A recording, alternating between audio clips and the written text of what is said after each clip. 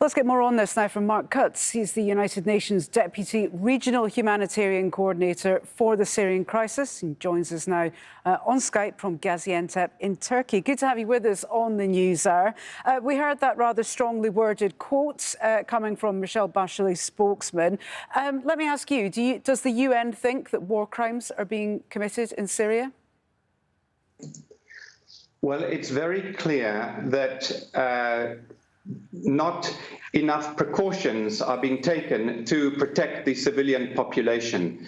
What we've seen in the last month or two is quite shocking levels of violence in densely populated civilian areas, and the bombs have just been following these people wherever they move. It's well known that the majority of the population in that area are women and children and elderly people. We are not seeing the precautions being taken to protect this population. Yes, but the precautions aren't being taken. But does this rise to the level of war crimes? And if so, what on earth does the UN or the international community plan to do about it? Well, we know that huge crimes have been committed throughout this war. There have been atrocities in so many places. But what we've seen in the last few months is really shocking in the scale of the attacks on the population. This has really been a massive military onslaught on a civilian population where they've emptied out entire cities and towns and villages. A lot of civilian objects have been hit. There were, as you reported, two hospitals that were hit yesterday.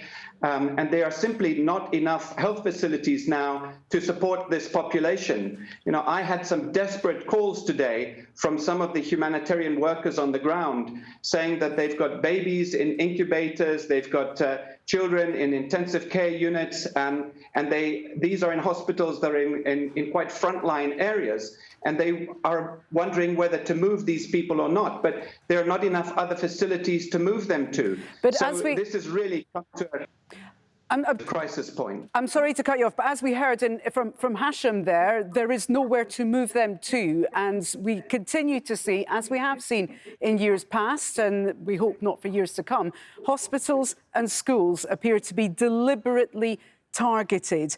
Many of our viewers find this absolutely appalling, but they're also appalled at the lack of any effort or attempt to stop this. So I guess my question is, do you worry that this inability to stop hospitals, schools coming under attack is undermining organisations like the United Nations? Well, of course we worried. We are not just worried, we are shocked, we are horrified at what is going on.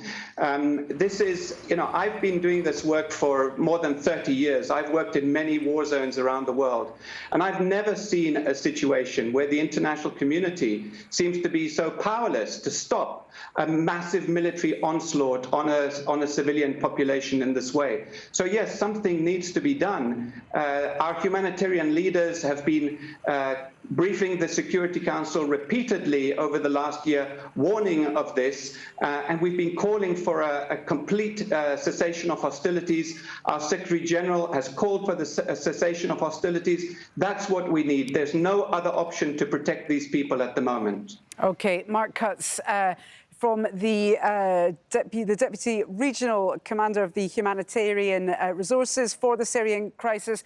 Thank you so much for joining us from Gaziantep and sharing your thoughts. Thank you.